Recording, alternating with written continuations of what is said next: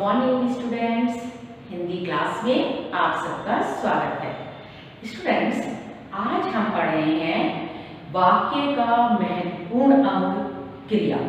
ना, क्रिया के बिना वाक्य नहीं बन सकता। प्रत्यक्ष या अप्रत्यक्ष रूप से वाक्य में क्रिया महत्वपूर्ण भूमिका निभाती है। तो आज हम क्रिया की विस्तृत जानकारी प्राप्त करेंगे। शुरू करते हैं पाठ। क्रिया का सबसे पहले क्रिया की परिभाषा। जो शब्द किसी कार्य के करने या कार्य के होने का बोध कराते हैं, अर्थात जिस वाक्य में जिस शब्द से हमें ये पता चलता है कि कार्य किया जा रहा है या कार्य हो रहा है, तो वे शब्द क्रिया कहलाते हैं। जैसे खेलना, पढ़ना, लिखना। बच्चा खेल रहा है, खेल रहा है क्रिया है। बच्चा पढ़ रहा है क्रिया है। बच्चा नाच रहा है, बच्चा खा रहा है, बच्चा गा रहा है। तो गाना, नाचना, खेलना, पढ़ना, लिखना, ये सब क्या है? ये सब क्रिया है। अब हम जानते हैं कि क्रिया के भेद। क्रिया क्या है? ये तो बच्चों अच्छी तरह समझ में आ गया होगा आपको कि क्रिया क्या है। वाक्य में जिस शब्द से किसी काम के करने या उस काम के करने का बोध होता हो, वो शब्द क्रिया कहलाते हैं। क्रिया के भेद। कभी भी ऐसे नहीं होता कि क्रिया के कितने भेद हैं। क्रिया के भेदों को हमने दो भागों में बांटा है। पहला है कर्म के आधार पर और दूसरा है संरचना के आधार पर। सबसे पहले हम कर्म के आधार पर क्रिया के भेद पढ़ेंगे। कर्म यानी काम, है ना। काम के आधार पर क्रिया को हमने दो भागों में बांटा है। पहला है आकर्मक और दूसरा है साकर्मक। आकर्मक क्रिया कौन सी होती है?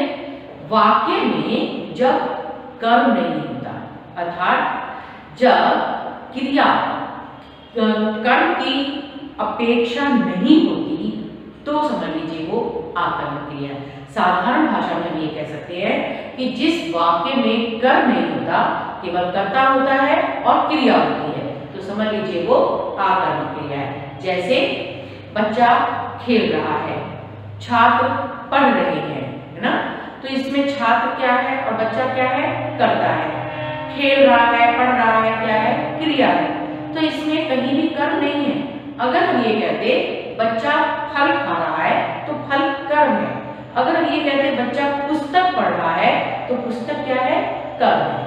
तो जिसमें कर्म नहीं होता, केवल क्रिया होती है और कर्ता होता है, वहां आकर्मक क्रिया होती है। अर्थात क्रिया के साथ जब कर्म नहीं होता, तो समझ लीजिए आकर्मक क्रिया है।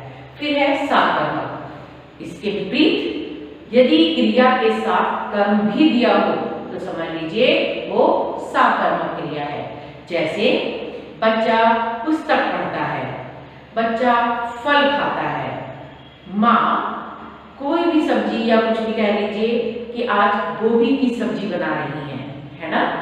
या फिर हम ये कहते हैं कि छात्र हिंदी पढ़ रहा है, छात्र पुस्तक पढ़ रहा है।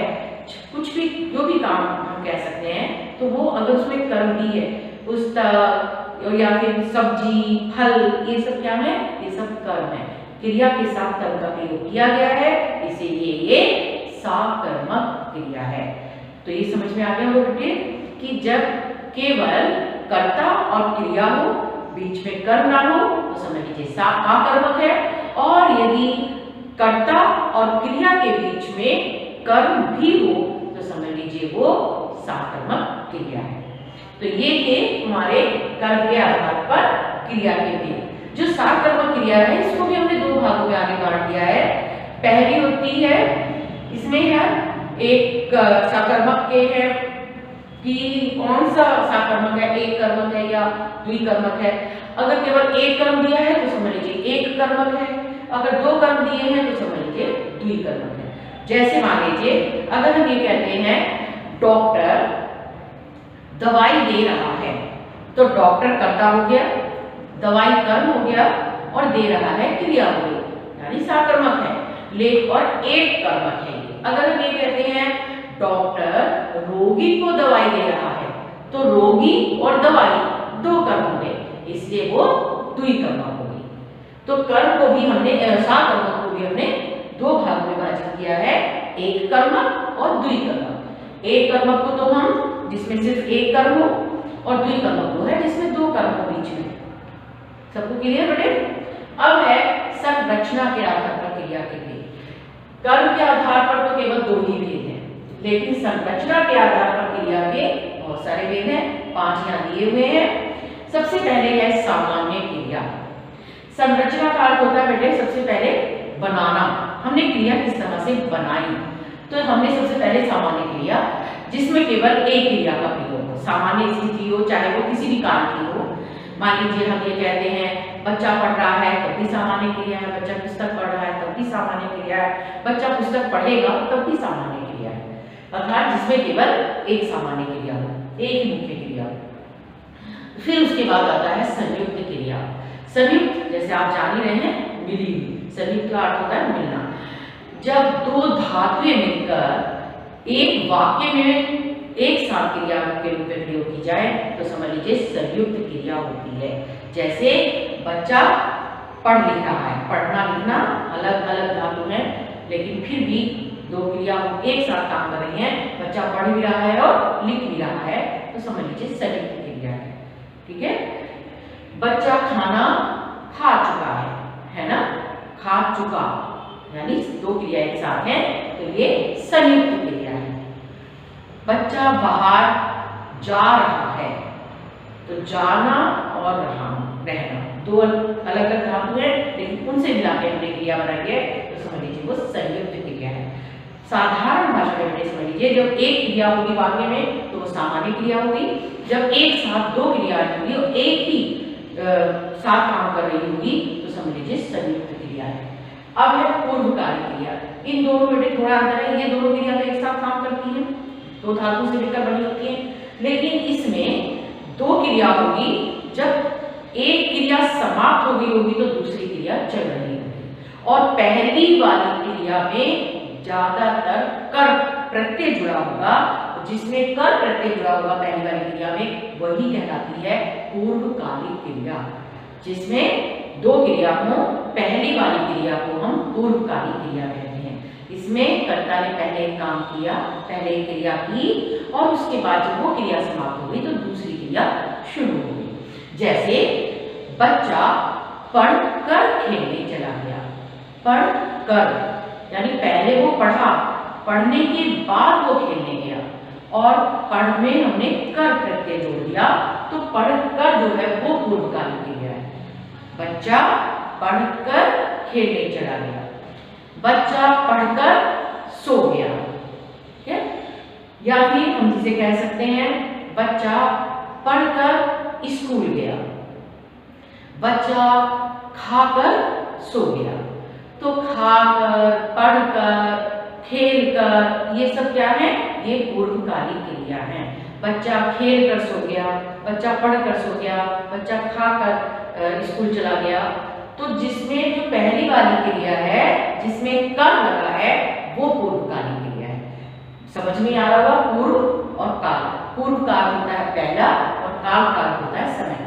पहले समय में की गई क्रिया को हम पूर्वकालिक क्रिया कहते हैं, कि जब वाक्य में दो क्रियाएं दी होगी और जो पहली वाली पूर्व काल की क्रिया होगी, पहले समय में की गई क्रिया होगी, उसे हम पूर्वकालिक क्रिया कहते हैं। और पहचान के लिए मैंने आपको बता दिया है कि उस वाली क्रिया में कर प्रत्यय लगा होता है। अब है नाम धातु क्रिया। नाम धातु क्रिया संज्ञा, सर्वनाम और विशेषण से बनाई जाती है। जब संज्ञा, सर्वनाम और विशेषण से क्रिया बनाई जाए तो समझ लीजिए वो नाम धातु क्रिया होगी। अब संज्ञा से कैसे हम बनाते हैं? संज्ञा है हाथ, है ना? हम हाथ कहते हैं, ठीक है, उसके इतने हाथ हैं या वो हाथ से काम करता है, संज्ञा है। लेकिन अगर हम कहते हैं उसने उसका सारा माल हत्या लिया, तो हत्या लिया क्या हो गया? क्रिया हो गई। हाथ से बन गया हत्याना या हत्या, है ना? इसी तरह से अगर हम कहें फिल्म, फिल्म क्या होती है? संज्ञा है। और अगर हम इसकी क्रिया बनाएं तो हम ये कहते हैं उसने बहुत सुंदर दृश्य फिल्माया, तो तो फिल्माया हमारी क्या हो गई, क्रिया हो गई। फिल्म से बन गया फिल्माया। तो इस तरह से संज्ञा से हमने क्रिया बनाई। फिर सर्वनाम से हम क्रिया बनाते हैं, जैसे अपना, है ना, अपना हम जानते हैं सर्वनाम शब्द है, लेकिन हम इससे अगर क्रिया बनाते हैं तो माँ ने अपने पुत्र को अपनाया। अपनाया यहाँ क्या हो गई, ये क्रिया हो गई। अपना सर्वनाम शब्द से भी हमने अपनाया क्रिया बनाई। फिर आ जाती है नाम धातु क्रिया में विशेषण से क्रिया बनाना। विशेषण शब्द होता है गर्म, है ना, कि सूरज गर्म है, चाय गर्म है, तो गर्म क्या है, विशेषण है। और इससे अगर हमें क्रिया बनानी हो तो हम ये कहते हैं आज सूरज बहुत गर्माया, आज मेरे पिताजी मुझ पर बहुत गर्माए। तो गर्माया, गर्माए क्या है, क्रिया बनी गर्म विशेषण से। 60 की 60 क्या है, 60 भी हम जानते हैं विशेषण के रूप में प्रयोग कर देते हैं। आज 60 बच्चे थे, तो अगर हम उससे कहें तो मेरे दादाजी सठिया गए हैं। 60 से हम सठियाना कर देते हैं, तो सठियाना भी हमारी क्रिया है। तो इस तरह से हम क्रिया बनाते हैं और इन क्रिया को हम नाम धातु क्रिया कहते हैं। जब संज्ञा, सर्वनाम या विशेषण से क्रिया बनाई जाए तो समझ लीजिए नाम धातु क्रिया है। फिर आता है प्रेरणार्थक क्रिया। जब कर्ता स्वयं काम नहीं करके दूसरे को काम करने की प्रेरणा देता है, दूसरे को काम करने के लिए प्रेरित करता है, तो वहां प्रेरणार्थक क्रिया होती है। जैसे पिताजी ने नौकर से काम करवाया। पिताजी ने स्वयं काम नहीं किया, पिताजी ने नौकर से काम करवाया। तो ये क्या है, ये प्रेरणार्थक क्रिया है। जब कर्ता स्वयं काम नहीं करके बल्कि किसी और को काम करने की प्रेरणा दे, किसी और से काम करवाए, तो समझ लीजिए प्रेरणार्थक क्रिया है। माता जी ने नौकरानी से कपड़े धुलवाए। पिताजी ने माली से पौधे लगवाए। तो ये सब सारे वाक्य में हमारी प्रेरणार्थक क्रिया है कि वो खुद काम नहीं करके किसी से करा रहे हैं। छात्र ने अपने मित्र से अपना काम करवाया। तो ये थी हमारी प्रेरणार्थक क्रिया। अच्छी तरह बच्चों समझ में आ गई होगी आज क्रिया। क्रिया की परिभाषा, जो शब्द किसी कार्य के करने या कार्य के करने का बोध कराते हैं वो शब्द क्रिया कहलाते हैं। क्रिया के भेदों को हम 2 भागों में बांट सकते हैं, कर्म के आधार पर, जिसमें आकर्मक और साकर्मक। साकर्मक को भी हमने 2 भागों में बांटा है, एक कर्मक और द्विकर्मक। संरचना के आधार पर उसके 5 भेद: सामान्य, संयुक्त, पूर्वकालिक, नाम धातु और प्रेरणार्थक। बच्चों अगर एक बार भी समझ में नहीं आता है तो वीडियो को बेटे 2-3 बार चला के देखिए करो। मुझे पूरा विश्वास है कि आपको पाठ अच्छी तरह से समझ में आ जाएगा। Okay students, thank you.